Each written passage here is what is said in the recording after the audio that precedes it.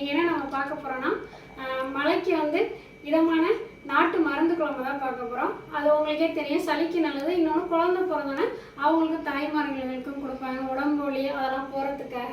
நான் வந்து நாட்டு மருந்து கடையில் கேட்டேன், செட்டாக தந்துட்டாங்க. அவங்க என்னென்ன மருந்துன்னு பாருங்களேன். என்ன பாக்கெட்டில் இருந்துச்சு, நான் எடுத்து வச்சுருக்கேன் பாருங்கள். அவங்களே கரெக்டாக அளவோடு இந்த ஜாமான் கொடுத்துட்டாங்க. இங்கே தக்காளி, வெங்காயம், பூண்டு எல்லாம் ரெடியாக வச்சுருக்கோம். புளி ஊற வச்சுருக்கோம், கொஞ்சமாக புளி ஊற வச்சுருக்கோம். இதை வந்து நான் இப்போ வந்து என்னென்னா வெறும் வாணலியில் வறுத்து எடுக்க போகிறேன். வெறும் வாணலி இப்போ காஞ்சிடுச்சு. எல்லாத்தையுமே நம்ம ஒன்றா கொட்டி இது பண்ணிடலாம், வதக்கிடலாம். பெருங்காயம் ஒட்டி நம்ம கட்டி பெருங்காயம் இதுக்கு யூஸ் பண்ணோம்னா நல்லாயிருக்கும், அந்த வாசமே நல்லாயிருக்கும். ஏன்னா நம்ம மறுபடியும் ஏற்கனவே இது காய வச்சு தான் வச்சுருக்காங்க. அந்த பதம் பார்த்தாலே தெரிஞ்சிச்சு நசுக்கி பார்க்கும்போது.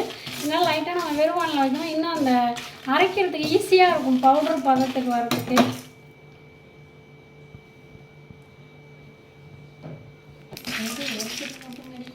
பாருங்கள், இந்த பதம் வந்துடுச்சு. அந்த வறுவல் சவுண்ட், அந்த பொரியிற சத்தமே கேட்குது. இந்த பதம் போதும் நமக்கு. இன்னொரு தட்டில் கொட்டிடலாம் தனியாக. ஆற வச்சு மிக்சியில் அரைச்சி, அப்போல்லாம் அம்மியில் அரைச்சோம், இப்போல்லாம் அரைக்க முடியாது, அதெல்லாம் மிக்சியில் அரைச்சோம். ஆறட்டும் நல்லா. நல்லெண்ணெயில் செஞ்சால் நல்லா டேஸ்ட்டாக இருக்கும் இந்த குழம்பு. இப்போ நல்லெண்ணெய் சூடாகிடுச்சு, கடுகு போட்டுக்கலாம். கடுகு பொரியுது பாருங்களேன். அப்போ என்ன பண்ணலாம், ஒரு ஸ்பூன் சீரகம் போட்டுக்கலாம். ரெண்டும் நல்லா பொரிஞ்சு வரட்டும். இப்போ வெங்காயம் போட்டுக்கலாம்.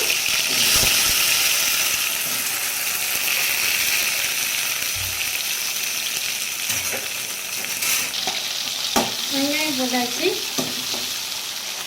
இப்போ பூண்டு போட்டுக்கலாம்.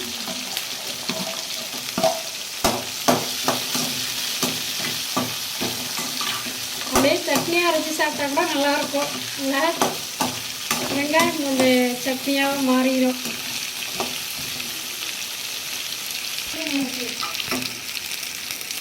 இப்போ தக்காளி போட்டுடலாம். தக்காளியோட அளவு கொஞ்சம் குறைஞ்சிருச்சு, அரை தக்காளி அளவு குறைஞ்சிருச்சு. ஏன்னா தம்பி எடுத்து சாப்பிட்டுட்டாங்க. இடையில அவங்க எல்லாம் நடக்கும். உங்களுக்கு நான் சொல்லியிருக்கேன், பசங்க நம்ம இதே காயறியும் போது சாப்பிட்டாங்கன்னா விட்டுருங்க அப்படின்னு சொல்லியிருக்கேன். தேங்காய் துருவல், தேங்காய் பத்து, இதுமாரி தக்காளி, வெங்காயம் அதெல்லாம் சாப்பிட்டா விட்டுருங்க. நல்லது வேணாம். கேரட் சமைக்கும் போது நம்ம சமைக்கிறத பச்சையாக சாப்பிட்டா நல்லது வேணும். நல்லா வதங்கட்டும். நம்ம வந்து காஞ்ச மிளகாய் வந்து அரைக்க போட்டோம், அதில் மஞ்சத்தூள் சேர்க்கலாம். அதனால் நம்ம மஞ்சத்தூள் இதில் போட்டுக்கலாம், வதக்கிறத மஞ்சத்தூள் போட்டுக்கலாம். போட்டுட்டு வதக்கிடலாம்.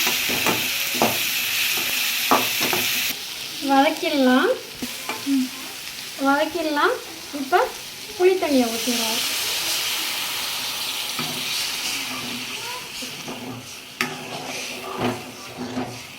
நைட்டுக்கு சாப்பிட்டோம்னா நல்லா சுவையாக இருக்கும், நைட்டுக்கு எதமாக இருக்கும்ல. ஏன்னா இந்த குழம்புலாம் சாப்பிட்டு நம்ம ரெஸ்ட் எடுத்தால் தான் அதனோட பெனிஃபிட்டே நமக்கு தெரியும். நம்ம இது காலையில் சாப்பிட்டு நம்ம ஒர்க் பண்ணோம்னா அந்த அளவுக்கு அந்த இது தெரியாது, ரிசல்ட்டு தெரியாது. இப்போ நைட்டு சாப்பிட்டு படுத்தோம்னா ரிசல்ட் நல்லா டிஃப்ரெண்ட்டாக தெரியும். பிடிக்குமா?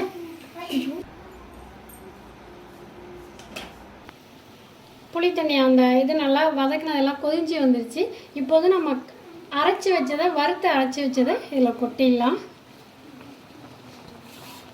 இது ஒரு மாதிரி டிஃப்ரெண்ட்டாக வாசமாக இருக்குது. எப்பயும் நம்ம பாட்டி அம்மாங்கள் செய்கிறத விட இப்போ நம்மளாக செய்யும் போது அதோட பக்குவம் ஒரு மாதிரி வாசமாக நல்லா இருக்குது.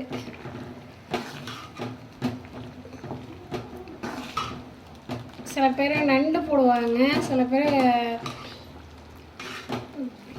கருவாடு போடுவாங்க. பிசுக்கு போட்டால் தான் இதுக்கு நல்லாயிருக்கும். கொஞ்சோண்டு உப்பு போட்டுடலாம். எப்பயுமே முடிஞ்ச அளவு கல் உப்பே பயன்படுத்துவோம்.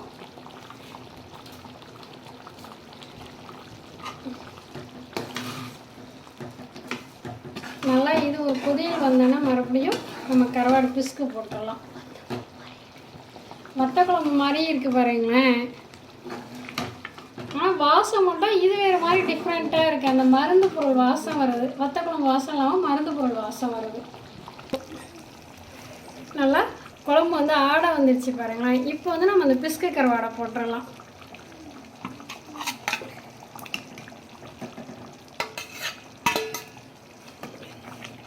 தம்பி இப்போ என்ன சொல்கிறாருன்னா, ஒரு கருவாட்டு குழம்பு ரொம்ப பிடிக்கும், ஆனால் இதுமாரி கொலன்னு இருந்தேன்னா இதுமாரி நம்ம பிரியாணிக்கு வதக்குவோம்ல, அதனால அவர் சொல்கிறாரு நெக்ஸ்ட் டைம் வந்து பிஸ்கு பிரியாணி வச்சுருங்கம்மான்னு சொல்கிறாரு. ட்ரை பண்ணி பார்ப்போம். நம்ம பிஸ்கு பிரியாணி ட்ரை பண்ணிடுவோம். ஆனால் நம்ம வந்து பிஸ்கு போட்டதுக்கப்புறம் சிம்மில் வச்சிட்டோம்னா அதோட அந்த ரொம்ப கட்டியாகாமல் அந்த ஹீட்லேயே வந்து கருவாடு நல்லா வெந்துடும். அதில் சிம்மிலேயே வச்சிடலாம். இதே விறகடுப்புனா இன்னும் நல்லா டேஸ்ட்டாக இருக்கும். இங்கே பாருங்களேன், இப்போ தான் நல்லா கருவாடையெல்லாம் அதிலே சார்ந்துருச்சு. இப்போயே ரெடியான மாதிரி இருக்குது. இதே வந்து நம்ம காலையிலையும் வச்சுக்கலாம். அதை நைட்டு சாப்பிட்டுட்டு நம்ம காலைக்கும் வச்சுக்கலாம். இன்னும் நல்லா டேஸ்ட்டு கொடுக்கும். நமக்கே தெரியும், இந்த குழம்பெல்லாம் பிரியர்கள் எல்லாருக்குமே தெரியும். நம்ம வந்து பழைய குழம்பு வந்து புளிக்குழம்பு, அதுமாரி வத்தல் குழம்பு, இது எல்லாமே வந்து நம்ம காலைல சாப்பிட்டோம்னா இன்னமும் நல்லா டேஸ்ட்டாக இருக்கும். இப்போ இதிலே பார்த்தீங்கன்னா இப்போ டேஸ்ட் பண்ணி பார்த்தேன்.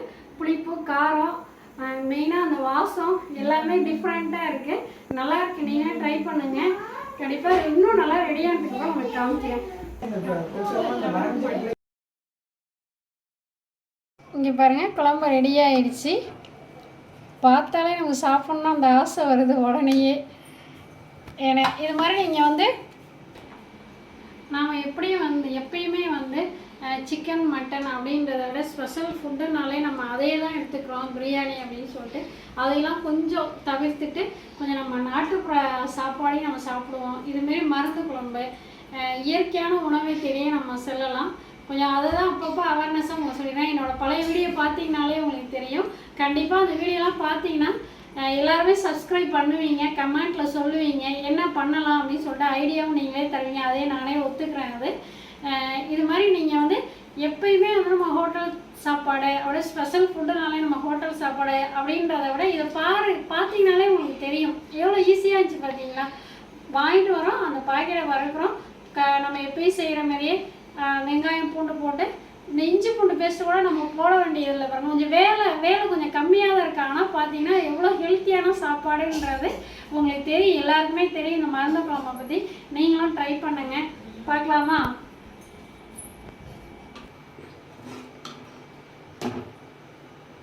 பூண்டு, வெங்காயம் எல்லாம் நல்லா தெரியுது. இது பிஸ்கு கருவாடு.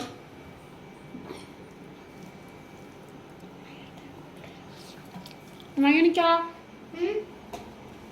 சாப்பிட்டு பாக்கியா? எப்படி இருக்கு? சூப்பராக இருக்கு. அவளுக்கு உடம்பு சிறுத்துருச்சு. ஃபர்ஸ்ட் டைம் சாப்பிட்ருக்கா, இருந்தாலும் இப்போ ரொம்ப நாள் கழித்து சாப்பிட்றதுனால அவளுக்கு அந்த ஒரு இது டிஃப்ரெண்ட் தெரியுது. காரமாக இருக்குது. நான் நிறையா வச்சு ஊட்டிட்டேன். ஓகே, இந்த வீடியோ பிடிச்சிருந்தா லைக் பண்ணுங்கள், ஷேர் பண்ணுங்கள், சப்ஸ்கிரைப் பண்ணுங்கள், கமெண்ட் கண்டிப்பாக சொல்லுங்கள். தேங்க்யூ. உங்கள் உஷா. பாய்.